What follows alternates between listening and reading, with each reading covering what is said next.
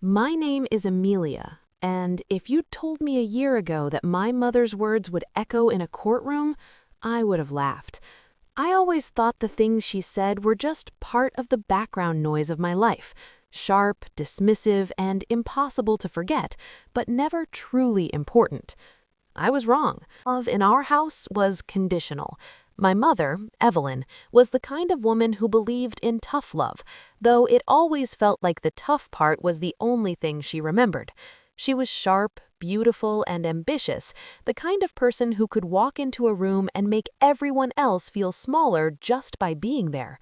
My father, on the other hand, was gentle and quiet, a man who loved books and long walks, and who always seemed to be apologizing for something he couldn't quite name.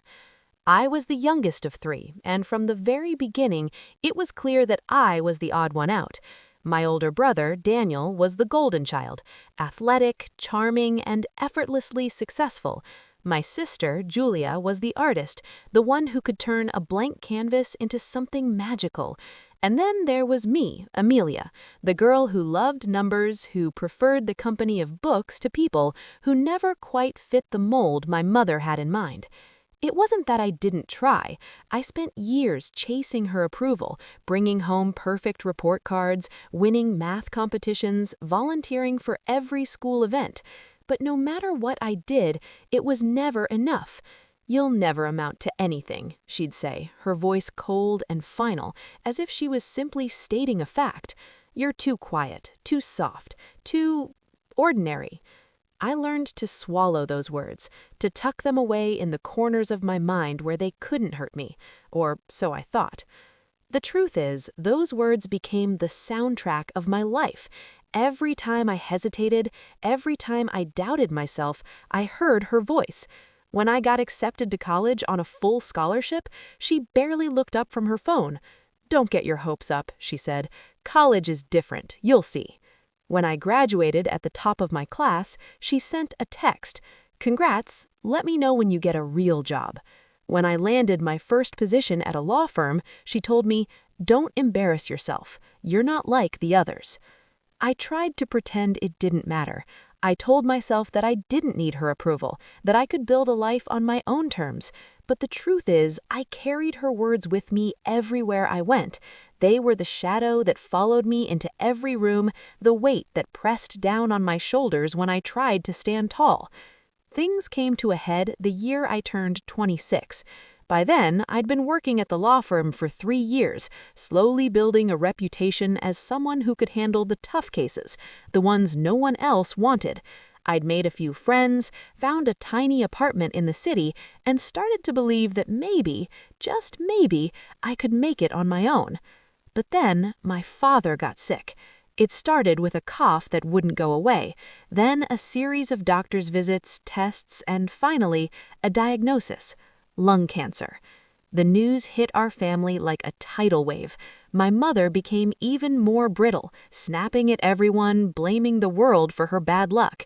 Daniel and Julia drifted in and out, offering support when it was convenient, but mostly leaving the heavy lifting to me. I spent months shuttling between work and the hospital, managing my father's care, handling bills, and trying to keep my own life from falling apart. Through it all, my mother's words never changed. "You're not strong enough for this, Amelia. You'll mess it up. You always do."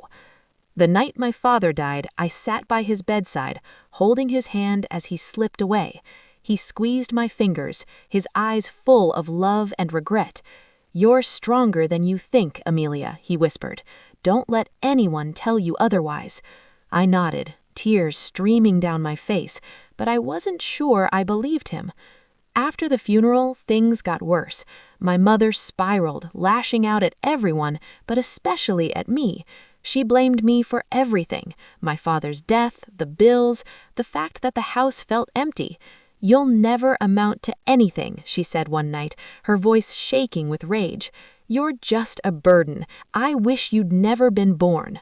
I left that night, walking through the city until the sun came up. I thought about disappearing, about starting over somewhere no one knew my name. But something inside me snapped.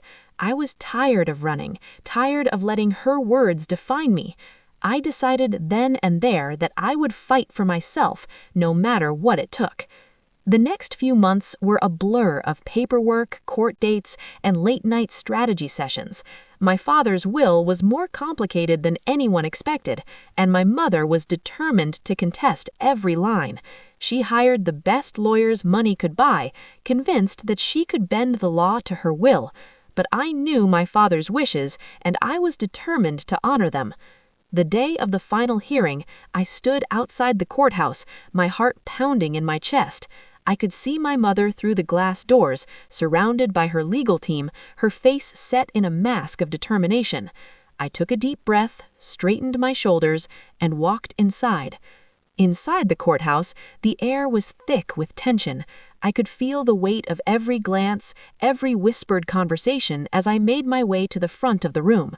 My mother didn't look at me. She sat with her lawyers, her posture rigid, her eyes fixed on the judge's bench. I took my seat at the opposite table, my own attorney, a kind, sharp woman named Miss Patel, offering a reassuring nod. I tried to steady my breathing, reminding myself that I belonged here, that I had every right to fight for what was fair. The judge entered, and the room fell silent. He was an older man with a calm, measured voice, the kind that made you want to sit up straighter. He reviewed the case, flipping through the thick stack of documents that represented months of stress, grief, and sleepless nights. My mother's lawyers went first, painting her as a grieving widow who deserved compassion and, more importantly, control over my father's estate. They spoke of her years of sacrifice, her devotion to the family, her need for stability in the wake of tragedy. I listened, my jaw clenched as they twisted the truth. They made it sound as if I was the outsider, the ungrateful daughter trying to take what wasn't mine. I glanced at my mother, searching her face for any sign of doubt, any flicker of the woman who used to tuck me in at night. But she was stone, unmoved by anything but her own sense of injustice. When it was our turn, Miss Patel stood and spoke with quiet authority. She laid out the facts. My father's will was clear, his wishes unmistakable. He wanted the house to be sold, the proceeds divided equally among his children. He wanted a portion set aside for charity, a cause he'd supported for years. He wanted me, specifically, to have his collection of first edition books, a small but meaningful gesture that spoke volumes about our bond. As Miss Patel spoke, I felt a surge of gratitude. She didn't just argue the law, she told our story. She spoke of the months I'd spent caring for my father, the sacrifices I'd made, the promises I'd kept.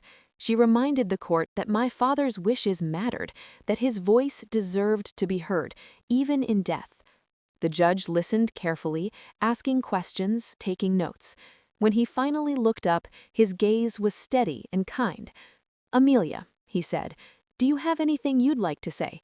My heart hammered in my chest. I stood, my hands trembling, and faced the judge.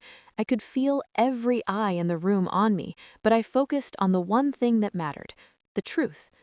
"My father was a good man," I began, my voice soft but clear. "He loved his family, even when it was hard.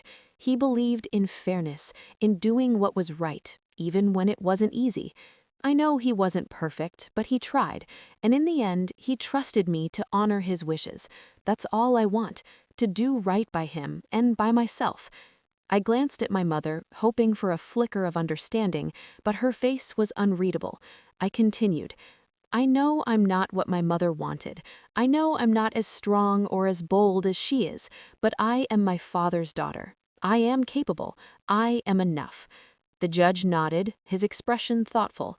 "Thank you, Amelia. That took courage." I sat down, my legs weak, but my heart lighter than it had been in months. For the first time, I felt like I'd spoken for myself, not just in defense, but in truth. The rest of the hearing passed in a blur. The lawyers argued, the judge asked questions, and I did my best to stay present. When it was over, the judge said he would review the evidence and issue a ruling in a few days. As I left the courthouse, my mother brushed past me, her eyes cold. "You think you've won something? "You're still nothing. You'll always be nothing." I didn't respond. For the first time, her words didn't sting the way they used to. I realized that I didn't need her approval to know my own worth. Outside, Ms. Patel hugged me. "You did great, Amelia. No matter what happens, you stood up for yourself. That's what matters." I nodded, tears prickling my eyes. "Thank you for everything." The days that followed were some of the longest of my life. I went to work, tried to focus, but my mind kept drifting back to the courtroom. I replayed every word, every look, every moment of doubt and hope. I wondered what the judge would decide, whether my father's wishes would be honored, whether I would finally be free of my mother's shadow. During those days, I leaned on my friends more than ever. My best friend, Leela, brought over takeout and bad movies, refusing to let me wallow. Ethan, a colleague from the law firm, checked in every day, offering encouragement and distraction. I realized how lucky I was to have people who saw me, who valued me for who I was, not for what I could do for them. One evening, as I sat on my tiny balcony watching the city lights, I thought about my father's last words. "You're stronger than you think, Amelia."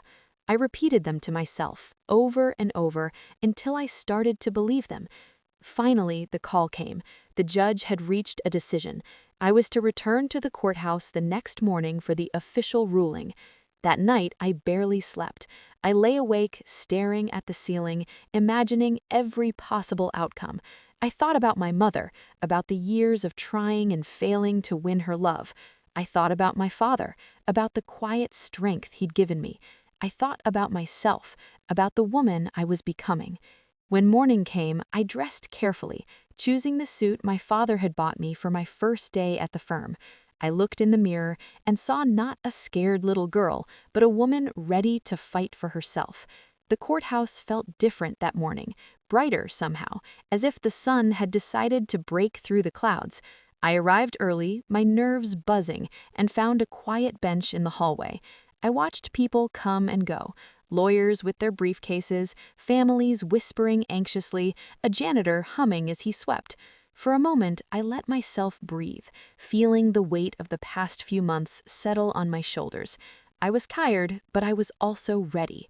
Ms. Patel arrived, her presence calm and reassuring. She squeezed my hand. "No matter what happens, Amelia, you did everything right. You honored your father, and you honored yourself." I nodded, grateful for her steadiness. I realized that for the first time, I wasn't walking into that courtroom alone. When the doors opened, I took my seat, my heart pounding. My mother was already there, her face set in stone, her lawyers whispering urgently. She didn't look at me, but I could feel her anger radiating across the room. I wondered if she would ever see me as anything but a disappointment. The judge entered and the room fell silent. He looked at each of us in turn, his gaze lingering on me for a moment longer than necessary. Then he began to speak, his voice measured and clear. "I have reviewed the evidence and the testimony presented in this case. It is clear to me that Mr. Bennett," he paused, glancing at my mother, "intended for his estate to be divided according to his wishes, as outlined in his will. The house is to be sold, with the proceeds divided equally among his children. A portion will be donated to the charity specified, and the collection of first edition books will go to his daughter, Amelia." I felt a rush of relief, so powerful it nearly knocked the breath from my lungs. I glanced at Miss Patel, who smiled and nodded. My mother's face was unreadable, but I saw her jaw clench, her hands tightening into fists. The judge continued, "I know this has been a difficult time for your family. I hope that, moving forward, you can find a way to heal and honor Mr. Bennett's memory." With that, the hearing was over. The lawyers began to pack up their things, and the room slowly emptied. I sat for a moment, letting it all sink in. I had done it. I had stood up for myself, for my father, for what was right. As I left the courtroom, my mother intercepted me in the hallway. Her eyes were cold, but there was something else there too, something like fear or maybe regret. "You think this changes anything?" she said, her voice low. "You're still nothing to me." I looked at her, really looked at her, and for the first time, I felt nothing. No anger, no sadness, just a quiet certainty. "Maybe," I said softly, "but I'm not nothing to myself, and I was never nothing to Dad." She turned away, her shoulders stiff, and walked down the hall without looking back. I watched her go, feeling a strange sense of peace. I knew I couldn't change her, couldn't make her love me the way I wanted, but I could love myself. I could choose to move forward. Outside, the sun was shining. I called Leela, my voice trembling with relief. "It's over," I said. "The judge ruled in my favor." She squealed with joy. "Amelia, I'm so proud of you. You did it." Ethan texted a few minutes later, "Lunch on me. You're a rock star." I laughed, feeling lighter than I had in years.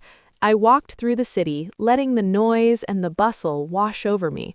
For the first time, I felt like I belonged, not just in the world, but in my own skin. The weeks that followed were a whirlwind of paperwork and logistics. The house was put on the market, and I worked with my siblings to sort through our father's things. Daniel and Julia were supportive, if a little distant. We weren't close, but there was a new respect between us, a sense that we'd all survived something together. One afternoon, as I packed up the last of my father's books, Julia stopped by. She stood in the doorway, her arms crossed, watching me. "You know," she said, a small smile tugging at her lips, "I always thought you were the weak one, the one who'd never stand up for herself. I was wrong." I looked at her, surprised.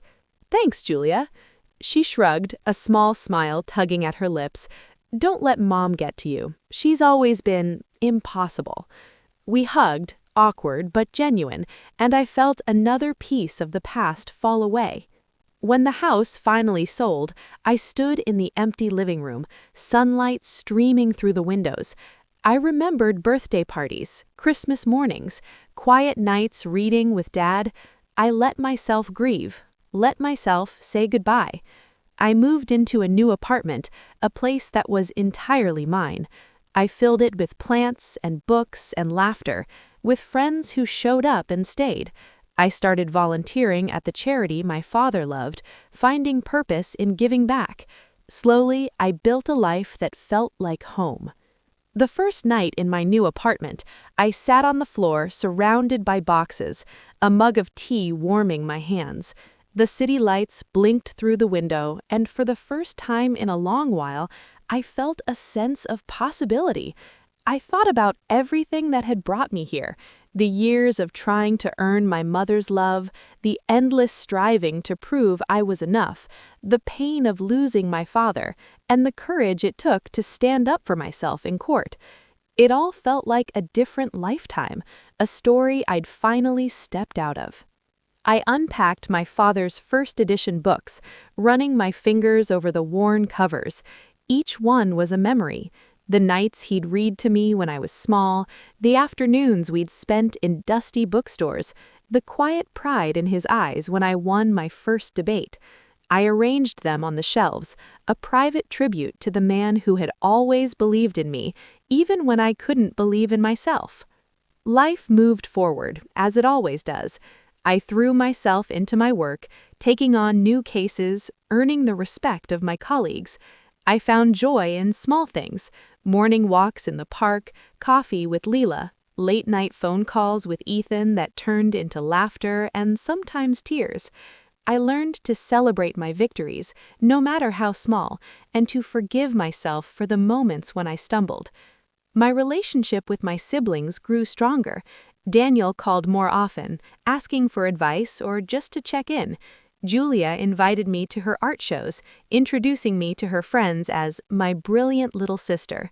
We weren't the perfect family, but we were learning to be there for each other in ways we never had before. As for my mother, things remained complicated. She sent a card on my birthday, no apology, just a simple, "Hope you're well." I didn't expect more, and for the first time, I didn't need it. I realized that her approval was no longer the measure of my worth. I was enough, just as I was. One afternoon, I received a letter from the judge who had presided over our case. It was brief but kind. "Miss Bennett, I wanted to commend you for your courage and integrity. Your father would be proud." I read it twice, tears blurring the words. It felt like a closing chapter, a final affirmation that I had done the right thing. I started speaking at local events, sharing my story with others who felt unseen or unheard. I met people from all walks of life, women rebuilding after divorce, young men estranged from their families, teenagers struggling to find their place. Each time I spoke, I saw the same look in their eyes, hope mingled with fear, the quiet longing to be told they mattered. I told them what I had learned, that your worth isn't defined by someone else's opinion, that you have the right to stand up for yourself, that it's never too late to choose a different story. I watched as their faces lit up, as they realized they weren't alone. The community I built became a source of strength. We celebrated each other's victories, offered comfort in times of loss, and reminded one another that family isn't just about blood, it's about who shows up, who listens, who stays. One evening, as I walked home from an event, I passed the courthouse where everything had changed. I paused, looking up at the steps, remembering the fear and uncertainty I'd felt that day. I smiled, realizing how far I'd come. At home, I called Leela and Ethan, inviting them over for dinner. We cooked together, filling the apartment with laughter and the smell of garlic and fresh bread. As we ate, I looked around the table and felt a deep sense of gratitude. These were my people, the ones who'd seen me at my worst and loved me anyway. After they left, I sat by the window, watching the city settle into night. I thought about my father, about the judge, about the little girl I used to be. I whispered a quiet thank you to all of them, and to myself. If you're listening to my story and any part of it feels familiar, know this: you are not alone. You are stronger than you think. And sometimes the bravest thing you can do is believe in yourself, even when no one else does. Thank you for being here, for sharing this journey with me. If my story meant something to you, please subscribe and share your own experiences in the comments. Your voice matters, and you belong here. Remember, the lesson I learned, and I hope you carry with you, is this: your worth is not defined by anyone else's words. It's defined by the courage you find to stand up and be seen.